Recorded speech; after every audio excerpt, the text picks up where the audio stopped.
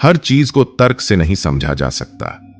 कुछ हमें देख रहा होता है जब हम अकेले होते हैं। अगर सच का सामना कर सकते हो तो लाइक करें और कमेंट में लिखें, मैं तैयार हूं। अब कहानी शुरू होती है। रात के 1:30 रहे थे। आदित्य अपने कमरे में अकेला बैठा था। हल्की हल्की बारिश हो रही थी और खिड़की पर बूंदों की आवाज गूंज रही थी। वह अपने फोन पर वीडियो देख रहा था, तभी अचानक अज्ञात नंबर से एक कॉल आई।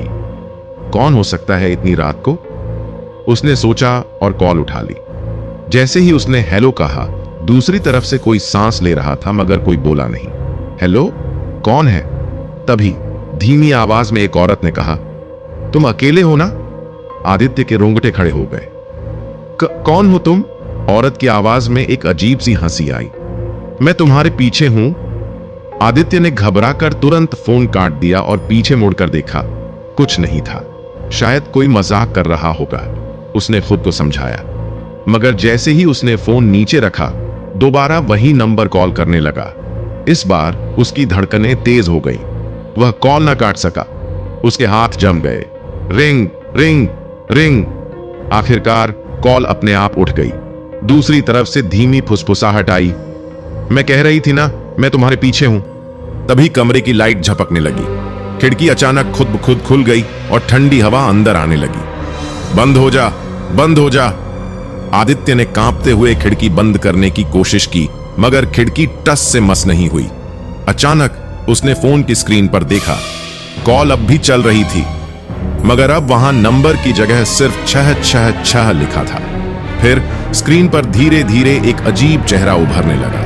काला चेहरा, सफेद आंखें और एक डरावनी मुस्कान। आदित्य ने घबराकर फोन फेंक दिया।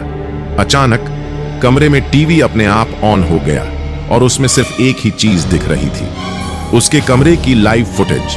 लेकिन कैमरे में उसे अपने पीछे एक परछाई दिखी। ना, नहीं, ये नहीं हो सकता। उसने तेजी से मुड़कर देखा।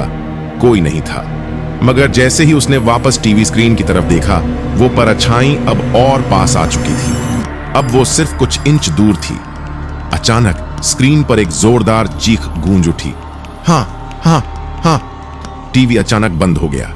कमरे में अब सिर्फ सन्नाटा था। आदित्य कांप रहा था। उसने धीरे से फोन उठाया और उसे स्विच ऑफ करने की कोशिश की, मगर फोन अब अपने आप ऑन हो गया। स्क्रीन पर फिर से वही भयानक मुस्कान दिखी और इस बार वो हंस रही थी। फिर अचानक फोन से वही औरत की आवाज आई। मैंने कहा था ना, मैं तुम्हारे पीछे हूं।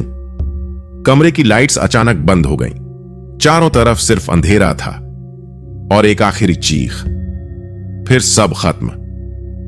अगले दिन आदित्य के कमरे में उसका फोन जमीन पर टूटा पड़ा था। फोन की स्क्रीन पर सिर्फ एक ही चीज लिखी थी, अब अगला नंबर तुम्हारा है।